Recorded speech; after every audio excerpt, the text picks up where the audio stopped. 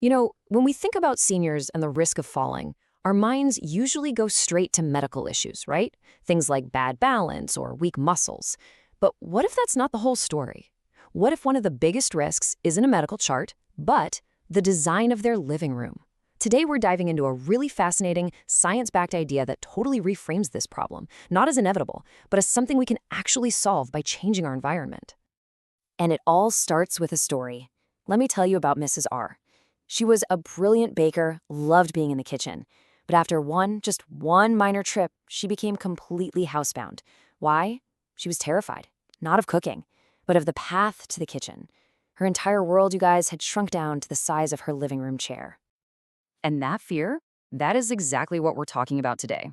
Mrs. R's story is the perfect example of how a home, a place that's supposed to be our ultimate comfort zone, can suddenly feel like a psychological minefield. It creates a fear that literally freezes you in place. So here it is, the big idea. We've been looking at this problem from the wrong angle. Of course, balance exercises are important, but let's be real, we can't get rid of gravity.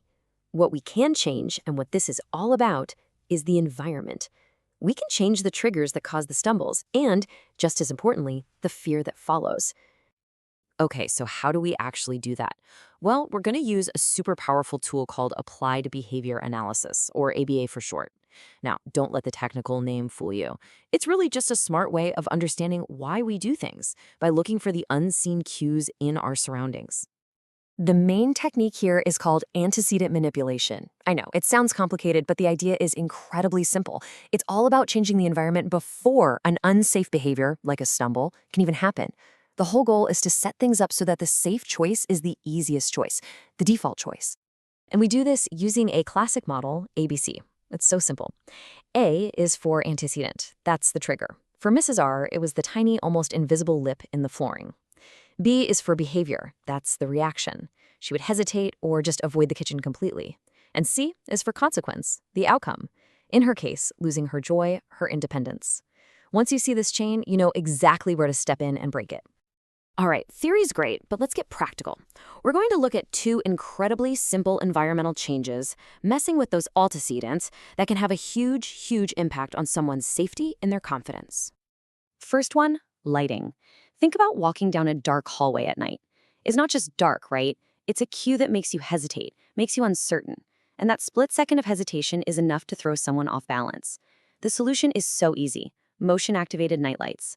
They don't just add light, they send a clear, nonverbal signal that says, hey, you're good, this path is safe. Second big one, contrast. This is a game changer. For anyone whose vision is changing, a beige rug on a light brown floor is practically an invisible trap. The fix? It's almost laughably simple.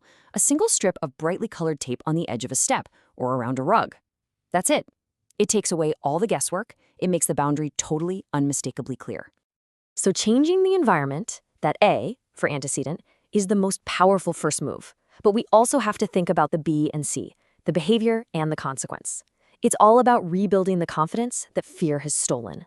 Let's see how that works.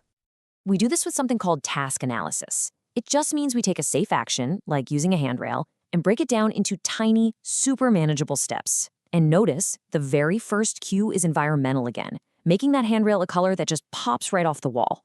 We're making the correct sequence of moves as simple and obvious as possible. Now, this part is absolutely critical. It's how we reinforce these safe behaviors. Praising someone by saying, "Good, you stayed safe on the couch today," might seem nice, but what are you really reinforcing? You're reinforcing staying put. You're reinforcing the fear. Now look at the other side. That was great. You held the rail all the way, and now you can enjoy the sun. See the difference? You're praising the safe action and connecting it to a natural reward. That's how you build confidence. Okay, now it's your turn. You can put all these ideas into practice right now with a simple home fall audit. You don't need any special equipment, just a new way of seeing the space around you. Here are 3 things you can look for today. 1, identify the fear spots. Just watch. Where do they hesitate or grab onto furniture?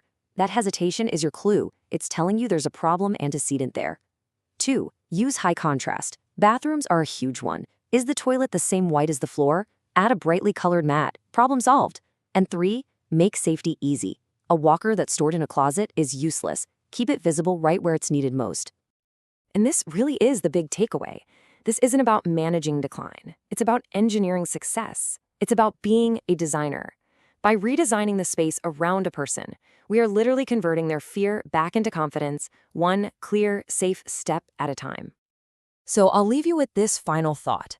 What if the fear of falling isn't something we just have to accept or manage with medication? What if, for the most part, it's something we can simply and elegantly design away?